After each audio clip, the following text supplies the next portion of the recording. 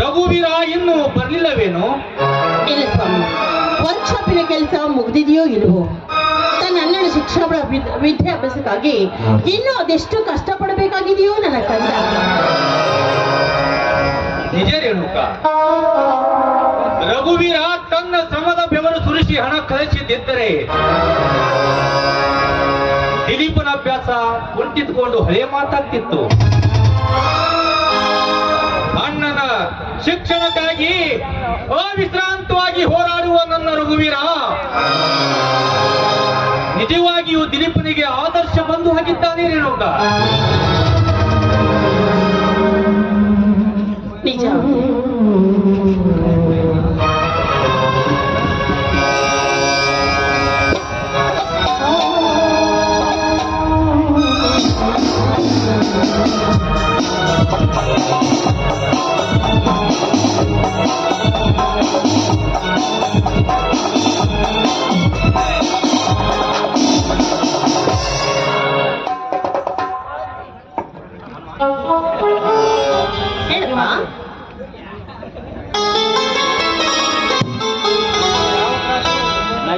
ಅಣ್ಣ ಇನ್ನೇನ್ ಬಂದ್ಬಿಡ್ತಾನೆ ಕಣೋ, ಯಾಕೆ?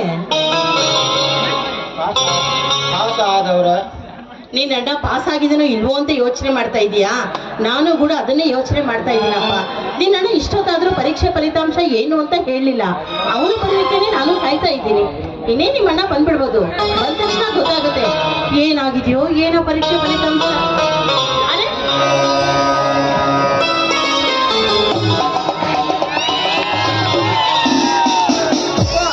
ನಾನು ಫಸ್ಟ್ ಕ್ಲಾಸಲ್ಲಿ ಪಾಸ್ ಆಗಿದ್ದೀನಪ್ಪ.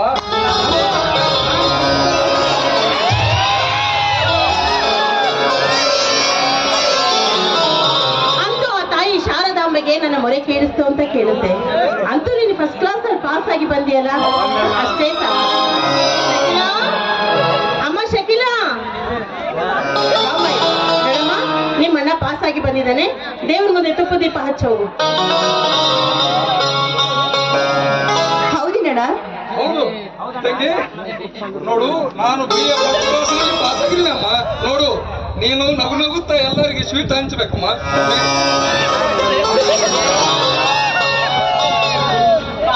ನೋಡಿದ್ಯಾ, ಅಂತೂ ನಿನ್ನ ಪಾಸ್ ಆಗಿ ಬಂದ. ಸರಿನಾ?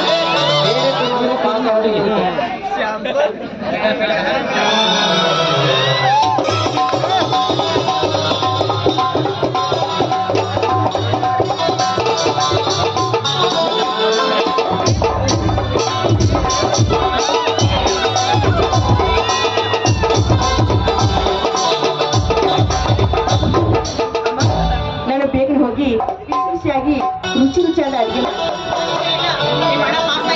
ಪಾಯಸ ಮಾಡು. ಆಯ್ತು.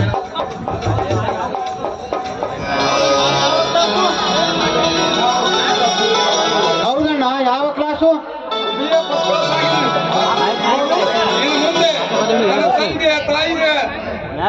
ಇನ್ನು ಮುಂದೆ ನನ್ನ ತಂದೆಯ ತಾಯಿಯ ಸೇವೆ ಮಾಡುವ ಭಾಗ್ಯ ಆ ತಾಯಿಗೆಲ್ಲಮ್ಮ ಮಂಜುನಾಥ ನೀಡಿಕೊಟ್ಟರು. ಹಾಗಾದರೆ ಇಲ್ಲಿ ಅಭ್ಯಾಸ ಮುಂದುವರಿಸಿ MA-ವನ್ನು ಮುಗಿಸಿಬಿಡೋಣ. ಬೇಡ, ಇನ್ನು ಮುಂದೆ ತಂದೆ ತಾಯಿಗಳ ಸೇವೆ ಮಾಡಬೇಕು. ನಾನೊಂದು ದೊಡ್ಡ ಅಧಿಕಾರಿಯಾಗಿ ನೌಕರಿ ಮಾಡಬೇಕು. ಕರೆಕ್ಟ್. ದೊಡ್ಡ ಆಫೀಸರ್ ಆಗಿ ಅಣ್ಣನಿಗೆ ಪರಿಚಯ ಆಗೇ ಬೇಕೇ ಬೇಕು. ಮಾತನಾಡುವಾಗ ಸುಮ್ಮನೆ ನಿಂದಿರ್ಬೇಕು. ಸರಿ ಸರಿ ನೋಡಪ್ಪ, ನಿನ್ನ ಶಿಕ್ಷಣಕ್ಕಾಗಿ ಕಷ್ಟಪಡ್ತಾ ಇರೋರು ನಾವಲ್ಲ, ನಿನ್ನ ತಮ್ಮ ರಘುವೀರ. ಹಗಲು ರಾತ್ರಿ ಅಲ್ಲದೆ ವರ್ಕ್ಶಾಪಿನಲ್ಲಿ ಹಮಾಲಿಯಂತೆ ದುಡಿದು, ಹೌದಪ್ಪ, ನಿನ್ನ ವಿದ್ಯಾಭ್ಯಾಸವನ್ನ ಪೂರ್ಣಗೊಳಿಸಿದ್ದಾನೆ. ದಿಲೀಪ, ನಂದದ್ ಮಾತನಾಡಿಸ್ಕೊಡ್ತೀಯ ಕಂದ? ಅಮ್ಮ, ನೀನು ಒಂದು ಮಾತು ಯಾಕೆ, ನಿನ್ನ 100 ಮಾತು ನಡೆಸಿಕೊಡ್ತೀನಿ ಅಂತ ಹೇಳ್ತೀನಿ ಅಮ್ಮ. ನಿನ್ನ ತಮ್ಮ ನಿನ್ನ ವಿದ್ಯಾಭ್ಯಾಸಕ್ಕೆ ಸಹಾಯ ಮಾಡಿದಂತೆ ನಿನ್ನ ತಮ್ಮನ ವಿದ್ಯಾಭ್ಯಾಸಕ್ಕೆ ನಾನು ಸಹಾಯ ಮಾಡ್ತೀನಿ ಅಂತ ನನಗೆ ಮಾತು ಕೊಡ್ತೀಯ ಕಂದ? ಅಮ್ಮ, ಇದರ ಸಮಸ್ಯೆಯ ವಿಷಯದ ಶಬ್ದ ಸುಳಿಯುತ್ತಿರಮ್ಮ ನಿನ್ನ ಬಾಯಿ.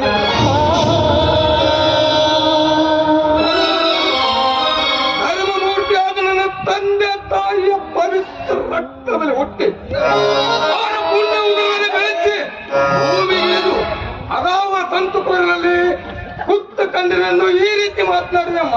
ಅಮ್ಮ, ಈ ನಿನ್ನ ಪವಿತ್ರವಾದ ಪಾದ ಮುಟ್ಟೆ ನನ್ನ ತಮ್ಮನಿಗೆ ಕೇಳ ಭಾವನೆ ನನ್ನಲ್ಲಿ ಬಂದಿದೆ. ನಿಜವಾದ್ರೆ ಇದು ತೆಗೆದುಕೊಂಡ ಆಲೋಚನ. ಅಷ್ಟಾದ್ರೆ ಸಾಕಪ್ಪ, ತುಂಬಾ ಸಂತೋಷವಾಯ್ತು. ಕರೆಕ್ಟ್. ನೀನು ಪರಿಣಾಮಿ ಸಾಕು. ನಿನಗೆ ಆದಷ್ಟು ಬೇಗ ಪರಿಚಯ ಬೇಕೇ ಬೇಕು. ಸುಮ್ಮನೇನು ಹಿರಿಯನ್ ಮಾತಾಡುವಾಗ ಮಧ್ಯದಲ್ಲಿ ಯಾಕೆ ಅವನೇನೋ ತಪ್ಪಾಗಿ ಮಾತಾಡ್ದ. ಆಯಾಸವಾಗಿ ದಡದು ಬಂದಿರೋ ನಿನ್ನ ದೇಹಕ್ಕೆ ಉಪಚರಿಸೋದಕ್ಕೆ ಔಪಚಾರಿಕ ಅವಶ್ಯಕತೆ ಇದ್ದೇ ಇದೆ ಅಲ್ವಾ? ಇನ್ನು ಮುಂದೆ ರಘುವಿನ ವರ್ಕ್ಶಾಪ್ನಲ್ಲಿ ಹೋಗ್ಬಿಡುವ.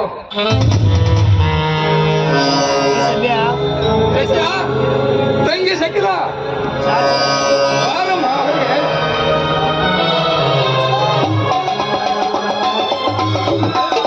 ಶಕಿಲಾ, ಅಮ್ಮ ಶಕಿಲಾ, ಏನ್ ಮಾಡ್ತಿದ್ಯಾ ಒಳಗಡೆ? ಅಡಿಗೆ ಎಲ್ಲ ಮಾಡಿ ಮುಗಿಸಿದ್ಯಾ? ಅಡಿಗೆ ಎಲ್ಲ ರೆಡಿ ಮಾಡಿದ್ದೀನಿ, ಅದೆಲ್ಲ ಆರಿ ಹೋಗುತ್ತೆ. ಎಲ್ಲರೂ ಬಂದ್ಬಿಡಿ.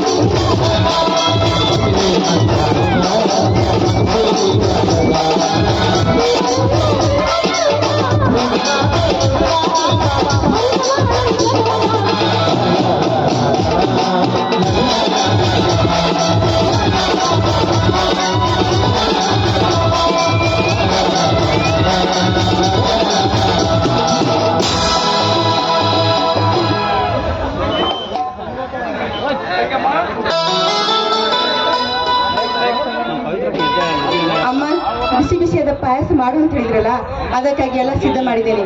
ಅದೆಲ್ಲ ಆರಿ ಹೋಗುತ್ತೆ, ಬನ್ನಿ.